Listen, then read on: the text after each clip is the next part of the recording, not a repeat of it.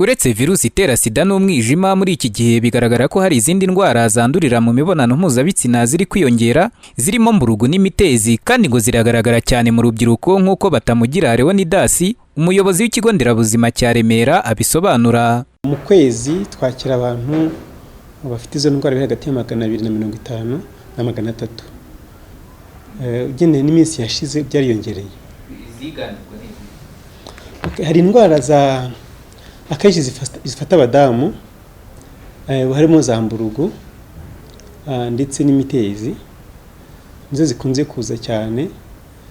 Hari indwara wenda mvuga zacitse z'uburagaza ntabwo zikiboneka cyane. Urebye abantu tubona benshi bari mu rubyiruko hagati y'imyaka 15 na 30. Rero urubyiruko rufite ikibazo cyane cyo kwirinda, sanga bafite ukuntu bashyushye. Impamvu indwara zandurira mu mibonano mpuzabitsina zigaragara cyane mu rubyiruko ngo biraterwa no kugendera mu bigare kwa bamwe, ndetse no kutagira amakuru ahagije ku buzima bw'imyororokere nk'uko bamwe mu rubyiruko babibwiye itangazamakuru ryacu. Kuba nta makuru bafite, bakaba bahura n'urubyiruko rugenzi rwabo banganya imyaka, bakaba babashuka bikarangira nabo bishoye muri ibyo bikorwa byo kwishora mu busambanyi ndetse n'ibindi. Nyine kwa kundi nyine umwibebye bwenge ukumva nyine ushatse kuryama n'umuntu ufite n'uwenda wenda ugasanga nyine niba afite n'ayo mafaranga agiye yaguze indaya, cyangwa ufite n'akandi gashuti zawe mwasangiye inzoga mukahita mushaka nyine no kubikora byose mukahita mubikorera icyarimwe. Ibishuko ibi byo amayoga, amatabi, turadutsinda twa nijoro tutateguwe. Abaganga bagaragaza ko igiteye impungenge ari uko zimwe mu ndwara zandurira mu mibonano mpuzabitsina ngo iyo zitavuwe neza zishobora gutuma umuntu abura urubyaro, bityo bagasaba abagize ibyago byo kuzandura kujya bazivuza neza. Ni kuvuga ngo harimo na chronicity, kuba izo ndwara wazirwara ugasanga wanduye nk'umutezi umuntu yarwaye kera muri 90, agafata n'imiti nabi, ugasanga bikugezeho ingaruka zo kuba wabura urubyaro, ko ziriya ndwara zigiye zifunga imiyoborantanga.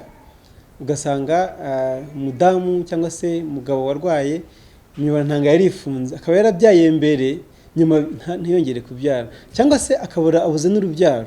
Minisiteri y'Ubuzima ivuga ko hirya no hino mu mavuriro hashyizweho serivisi zo kuvura indwara zandurira mu mibonano mpuzabitsina, kandi ko zitangwa mu ibanga, bityo igasaba abaturage kujya bazigana bakivuza neza. Dr. Berabose Charire ni umukozi mu kigo cy'igihugu cy'ubuzima RBC mu ishami rishinzwe kuvura no gukumira ubwandu bw'agakoko gatera sida ndetse n'izindi ndwara zandurira mu mibonano mpuzabitsina. Kuko yinjira mu kigo kiri bwivurizwemo n'abantu batandukanye, ariko we akaba azi icyumba ari bujyemo ku muganga umukurikirana.